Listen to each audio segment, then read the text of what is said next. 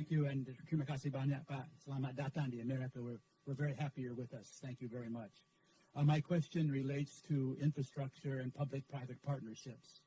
In your talk, you mentioned the progress that you've been making over the past year, and one of the obstacles to that progress is lack of adequate financing, and one of the solutions is public-private partnerships. These have been slow in forming. The previous government talked about them, but not many were forthcoming. Do you have any advice as to how the private sector, both domestic in Indonesia and internationally, particularly America, can play a more constructive role in Indonesia's infrastructure program? And what are some of the reasons that it's been slow? Do you still believe in public-private partnerships? Thank you very much. Thank you. I want to test my minister. Please answer the question. Pak Tom.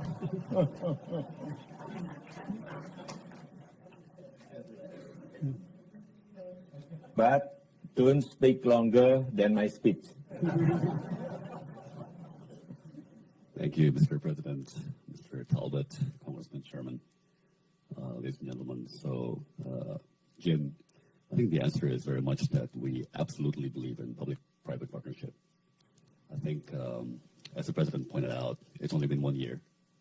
And as many of you know, it's been a very busy year, very eventful, admittedly, sometimes a bit bumpy, but absolutely. I myself, as a trade minister, and I should explain a little bit, in our country, my trade ministry is kind of like a combination of what in the U.S. would be Commerce Department and USTR. So I should cover a lot of domestic commerce. And as such, I travel around the country quite a lot to kind of visit regional markets, village markets, and so on, looking at the domestic commerce. And a lot of times I'm surprised. I run into a reservoir that's under construction, or I run into a power plant, like even a micro one.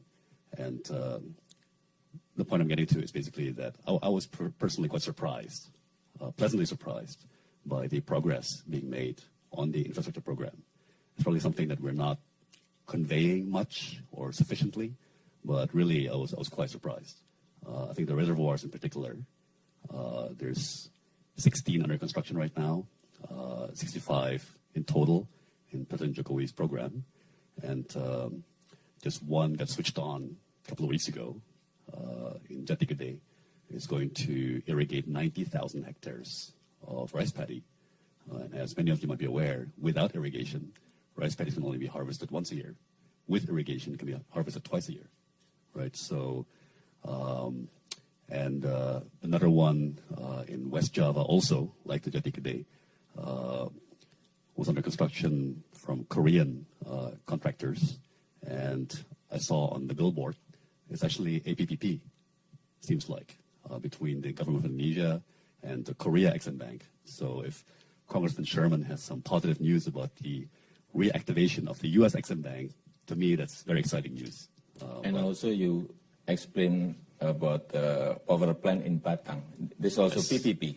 That's right. So indeed, tough, without running over my time limit.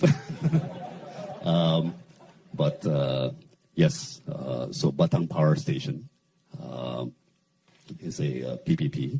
It's designed to be the largest coal-fired power station in Southeast Asia once it's completed.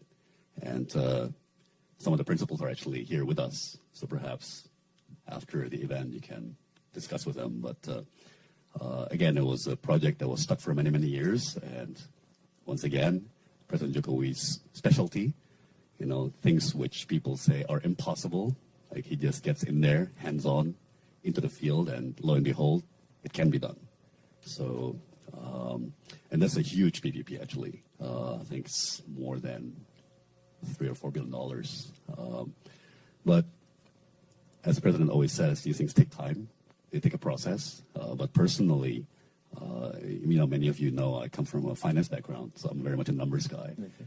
And the way I look at the program is it goes from 2 to 4, 4 to 8, 8 to 16, 16 to 32, 30 to 64. So these things tend to be slow to gain momentum, but once they do, the snowballing, the magic of compounding can be quite stunning. So it's certainly something that